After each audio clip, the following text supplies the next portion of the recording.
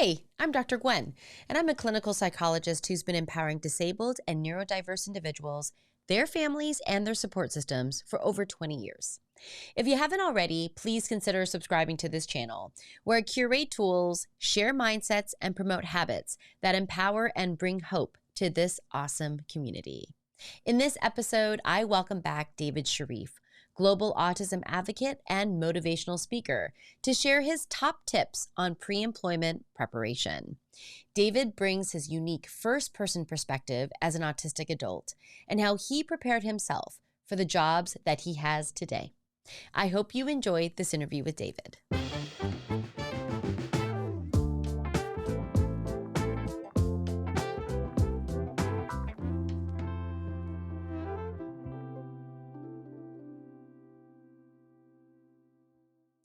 Welcome to the show. I am so happy to welcome back David Sharif, global autism advocate and motivational speaker.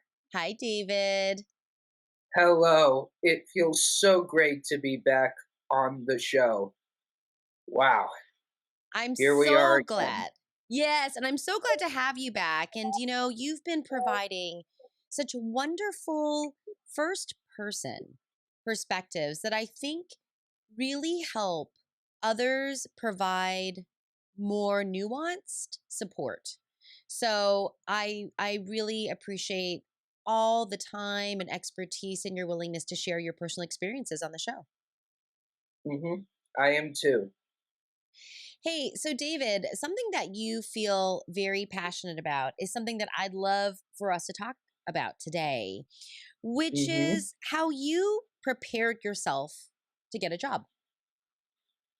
Yes, I am very excited to discuss the pre-employment process in this video, or somewhat if you call it, the third video that I am so lucky to have with Dr. Gwen Halifax. And this is such an important topic because, as many of you know, once you finish your education, the next step is to get a job. Before I get into this topic, I want to give a little disclaimer that October is National Disability Employment Awareness Month. So technically, we are a month late with it. But regardless, this topic is so important. And I promise you that this is something that you don't want to miss.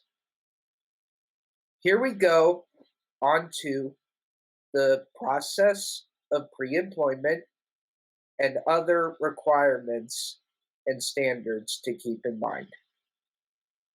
The pre-employment journey begins with job searching. Job searching is asking yourself the big question. What kind of career do I want to pursue? What do I want to do for the rest of my life that I believe I will have fun with and what I think will be passionate about or what my heart desires?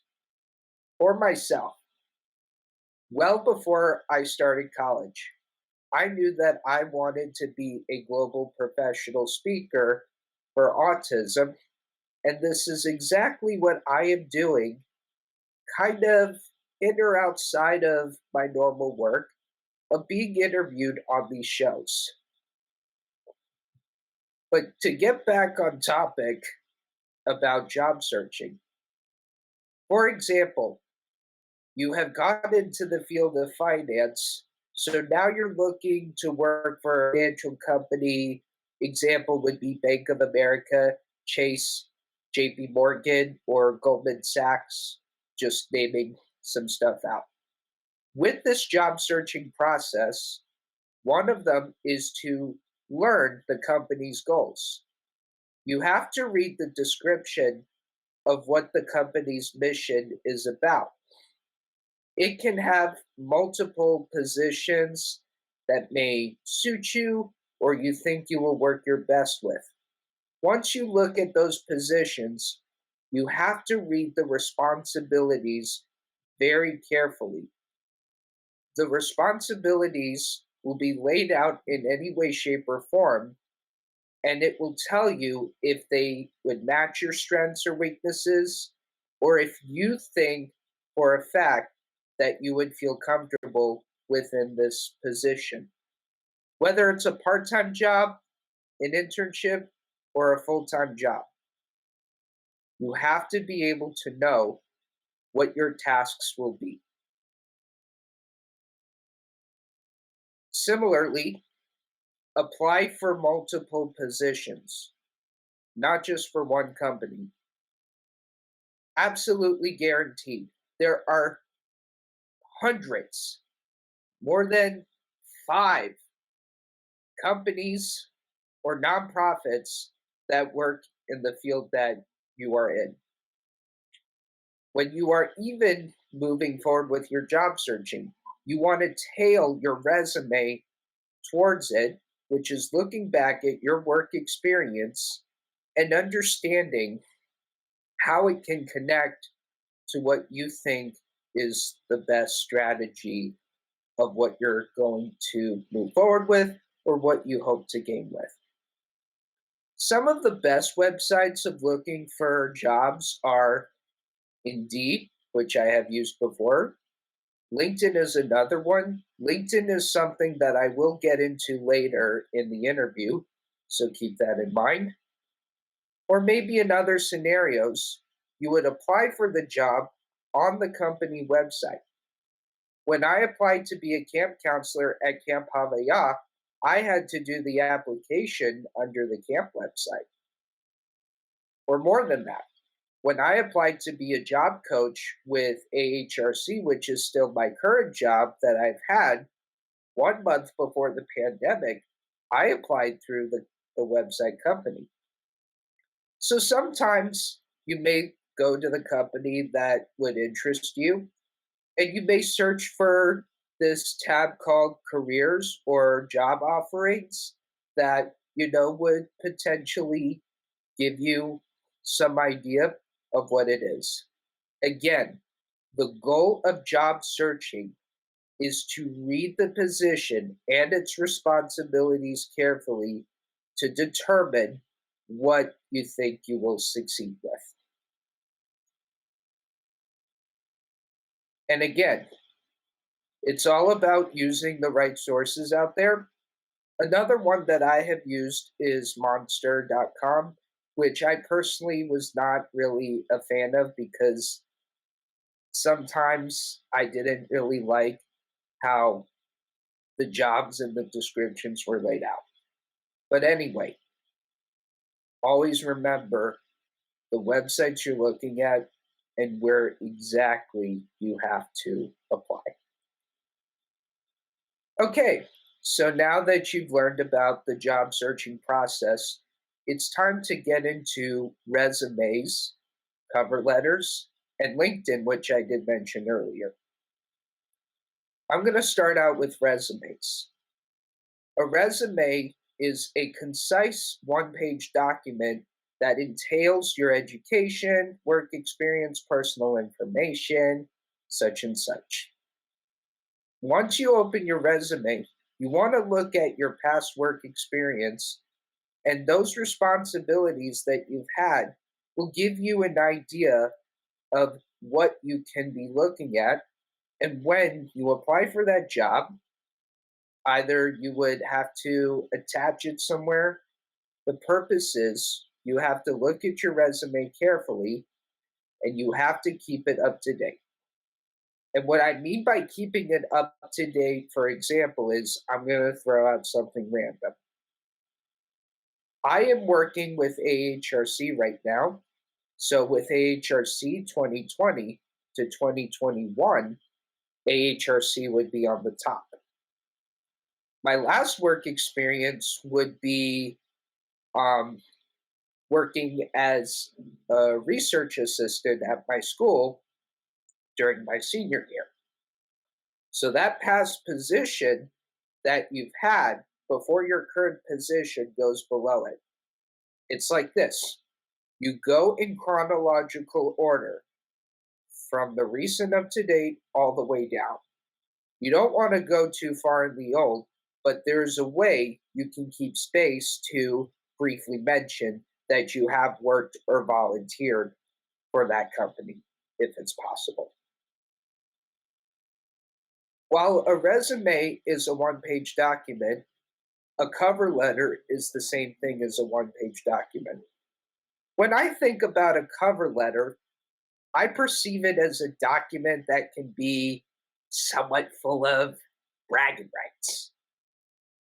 In a way that I say that, a cover letter is an opportunity for you to further discuss your strengths and weaknesses, your past work experiences, how they have shaped your work ethic, and what are you hoping to do in your future career. So when I think of a cover letter, I think of it as the three separate paragraphs below the personal information. The first paragraph starts with the why. Why do you want to work for this company? And what do you understand about it and its goals? The second company is the what. The what part is actually seeing that you are aware of what this company has to offer. You understand the integrity of what it can be.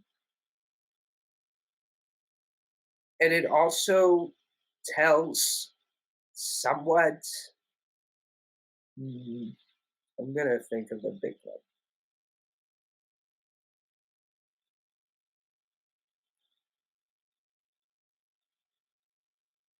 Yes, you go further into entailing what you have done in the past, and that's pretty brief and straightforward.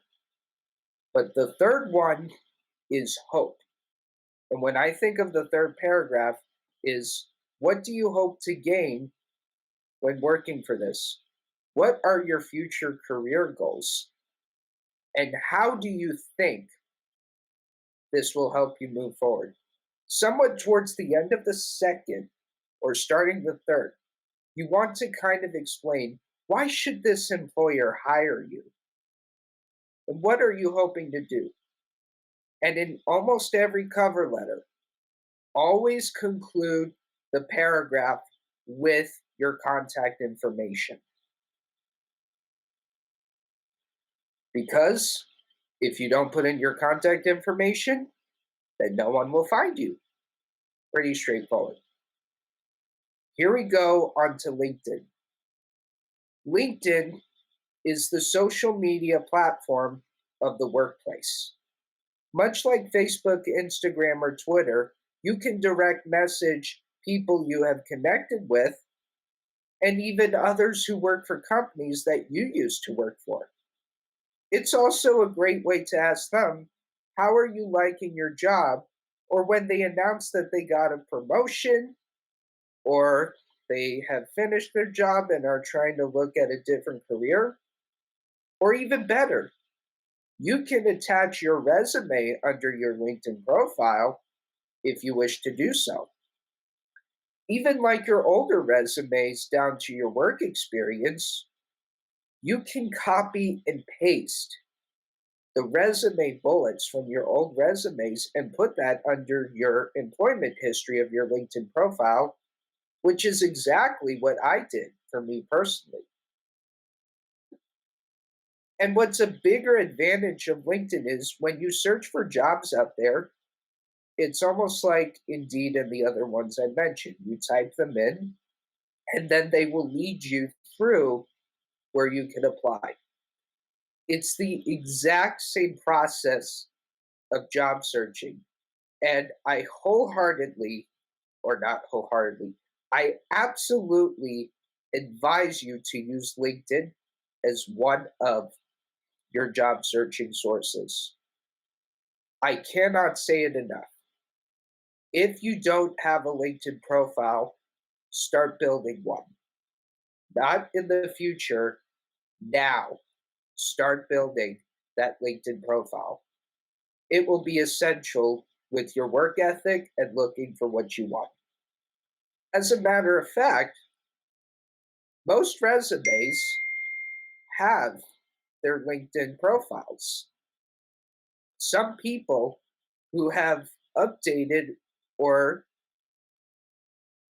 modified their resume, they have added their LinkedIn profiles, and in most cases, when you apply for work, the employers may want to see the website of your LinkedIn profile. And thankfully, I have my website of my LinkedIn profile on my resume. So when you have your resume out there and when you build your LinkedIn profile, add your LinkedIn profile to your resume. Very straightforward and simple. You've done your job searching. You have reviewed your resume, cover letter, and profiles. And now here we go on to the next thing, which is meant to be nerve-wracking but exciting: the interview process. Believe me, my very first interview was a phone call interview about going to be a counselor at summer camp. Oh, and trust me, I was a bit nervous when I was on the phone call, but it started to, get smooth. And as I understood where I was going to be placed and what else would be coming along, and then I would just wait until the time comes as to where I'm going or what would happen. But when I applied and was interviewed by the New York City Mayor's Office for People with Disabilities, I was absolutely nervous. And I had a former employment skills coordinator from the company I work for, but now is a assistant director and a career counselor where I went to college. He accompanied me to my interview, and that helped me control the nerves and learn to feel comfortable with interviews. There are multiple ways to do interview preparation. My career counselor gave me a list of common questions that can be asked during an interview. I have them printed out with me. I also keep them under my documents under my desktop. They are meant to be a little refresher as to, okay, if I ever go through the interview stage again, I have them with me and I remember what can happen. With so many common lists that can be out there, I'm going to give at least one or two that I like or could tend to be asked. The interviewer would ask me, "What are your strengths and weaknesses?" So, how would I answer it in a concise way? I am punctual, diligent, and focused. I struggle with reading between the lines, but if I am confused or need assistance, I always ask questions. So, I do feel like that is a good example of how you answer an interview question in a concise way. Again, all of your answers have to be concise. If you just keep going on and on or into detail, then it's going to get boring because there's more to discuss. Some people may ask you, but not all, what is one accomplishment that you are most proud of? My proudest accomplishment was winning the 2018 Indelible Mark Student Award at Pace University, an award given to a student who would leave a legacy of positive contributions to the Pace student community. But be careful. You would want to say the kind of accomplishment you achieved, but depending on where you're at, you would not really want to say the description of that accomplishment. You want to kind of say it in a way how much it meant to you. Let's say, my greatest achievement is winning the Indelible Mark Student Award for positively contributing to the school through my success, my dreams, and my careers. Or not really my careers, my dreams and what I hope to do in the future, and how it has become such an impact on everyone. Something like that. But be careful, because what I just did, I kind of went on and off. So don't think that I'm actually doing it for real or for the sake of it. This is just kind of a practice way of what you have to be careful about. You might ask me, what are some ways that I can prepare for an interview? There are several ways. Many times, when I participated in employment readiness workshops, I will discuss that later, I did 2 rounds on 2 days of mock interviews, which is like I look for a job, I use my resume and cover letter, and then some volunteer will interview me, and I do interview practice with that person. I have also been fortunate to have done mock interviews with my career counselor in the office when the school wasn't really operating normally, but there were staff in the office. I've also had my mother assist me with interview preparations because she has a lot of experience in interviewing people and hiring other candidates. I have developed another strategy that is not really important, but can also be a big motivational trigger.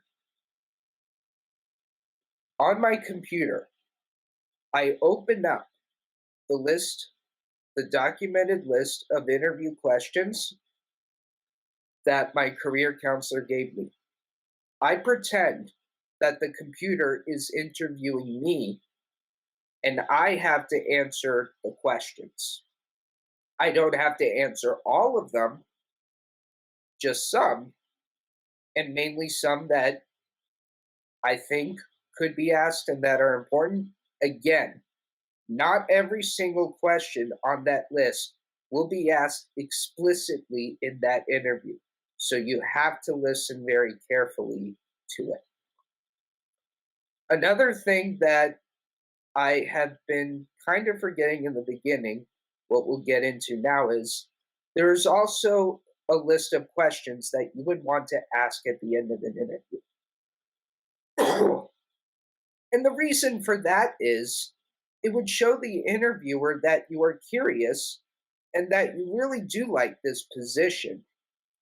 But you also want to be able to get an idea of how you can hear if you're going into this job or not. One question: what are the next steps in the interview process? Or another way to phrase it, when can I hear back about the status? Sometimes they would say, we've got other candidates to interview, so it may be at least 2 to 3 weeks or so. Here's another good one that I think everyone should also be aware. How would an employee be usually evaluated within their role? That is a good question because they would monitor you and then they would do some kind of checklist of checks and balances in a survey that would determine, okay, scale of 1 to 5, how are you doing within this role? What do you have to work on? Because that also lays out what you've been doing well, what you've not been doing well. There is no perfect employee or an employer in this job. Everything weighs out evenly, leveling the playing field. So that is another question to ask in the interview. One thing that I have learned from my career counselor and from others: an interview is like a conversation. It's like practicing to have a conversation with other people around you, even out of an interview with social gatherings with family or friends. It's a way to learn conversational skills like what I struggled with and what I had to do. To conclude the interview portion of this podcast, one thing I will say, and I have been through it before: You have to make eye contact. If you make eye contact with the person, then you know that will show some interest. If you look away like this or like this, then that will kind of tell the employer that, okay, I don't think we should hire this candidate because of, you know, he wasn't looking or stuff like that, because that plays a role. Your body language is also essential to the interview process. So please do be aware of that. And that's even playing a role in conversations. Okay, so having gone over those little steps of pre employment, a lot of you will ask me, where did I learn all of this? How was I able to gain these skills and to change my approach about the workplace? Here is the answer: workshops. I'll say it again: workshops. During my college career, I participated in employment readiness workshops that were provided by a comprehensive support program that I was a part of during my college career.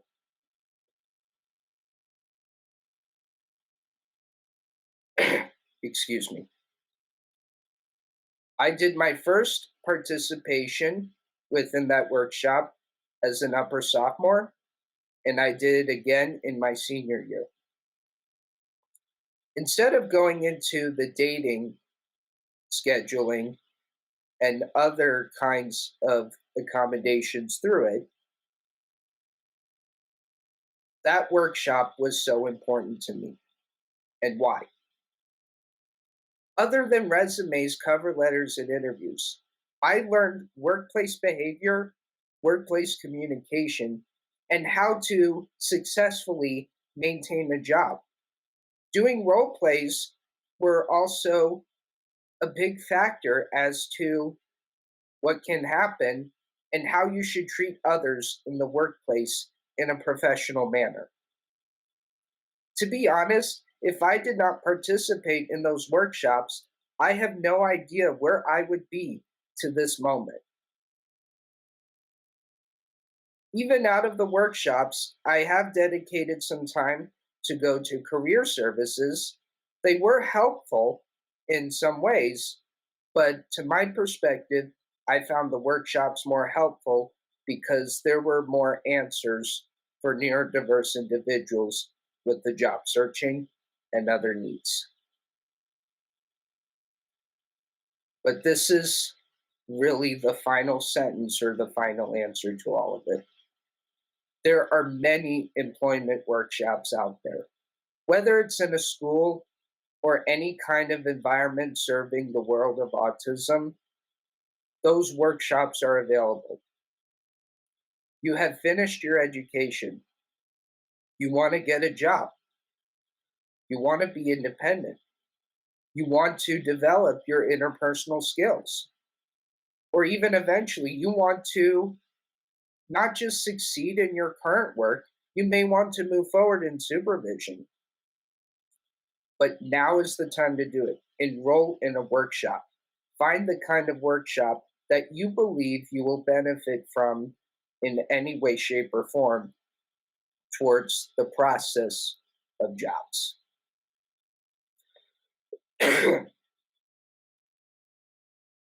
If you really need anything for my end or to understand me better about my experiences, I would be more than delighted to send you the document or copy of the interview questions that I've received or an example of my resume. You may also look at my LinkedIn profile. Additionally, I would happily send you a blog that I wrote about preparation and success in the workplace. To all of the audience members and those in the autism community struggling to find work, thank you for taking the time to listen. And I hope that the information I provided in this interview enhances your ability to enjoy the rigorous steps of pre employment. That's awesome, David. Thank you so much for laying that out so clearly for the audience. So helpful, and so helpful for me as I support other adults, neurodiverse adults, in finding work. So it was incredibly helpful.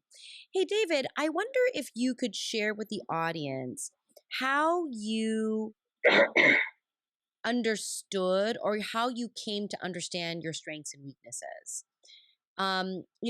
Several times throughout your presentation, really, you spoke about knowing your strengths and weaknesses, knowing yourself so you can find a job that you want and that you will have fun with and enjoy. How did you discover or identify your strengths and weaknesses?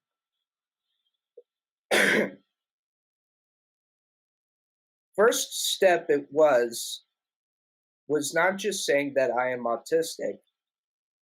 It really all started with knowing, okay, I'm still moving forward with other things before work. What have I mastered? What do I know what it's like? What do I think I can accomplish towards anything? And that's a part of your strengths. My strengths are being punctual, diligent, focused in the moment, and doing exactly what is instructed by others. My biggest weakness, as I said before, is reading between the lines. There have been times when, an instruction may not be so clear to me. Even so, I still ask questions until I fully understood it. Even at times, things might have not be explained more clearly to me, but I never got frustrated with it. I just moved along and did my best. And that's what honesty is. If you show honesty and just tell the people you work with that you did your best, even if they may not be satisfied with it, that will show how honest and mature you are, even if you didn't finish the task correctly. That happens, and it can happen anytime. But if you learn to be upfront about your mistakes and what you have done that may not have met the company's needs, then don't let that deter you. Because if you are honest towards those people you've worked with, and if you have might have lost your job or probably, been dismissed for any reason, then as you look for more work, and if your former employers are contacted, then they may say that despite his struggles, this person is honest and knows what he's doing. If you're honest with yourself and man up about it, then that is the most impressive thing that a supervisor and employer would ask for. Because if you show any kind of maturity towards them, even if they do something that may harm you, I wouldn't say harm, that may kind of hurt you in some way towards what you wanted to work for, then that's what you have to do. If they see that kind of maturity towards you, then they will say, this is a good example of what this person is doing, even if I had to do this thing for the right reason. Hmm. Yeah, thanks for that, David. And thank you so much for sharing really all of your thoughtfulness surrounding this to try to help other people. I will have your contact information in the description below. And thank you for being willing to share your resources with this community. Likewise, and if correct me if I'm wrong, eventually we will do another interview about succeeding in the workplace now that we have completed pre-employment. Yeah, I would love to do that, David. We'll plan on it for sure. Thank you so Yeah, much. anytime. It might have to be another time though. Yeah, absolutely. Well, thanks, David, for being on the show today, and we can't wait to have you back. I can't wait to be back. Thank you so much.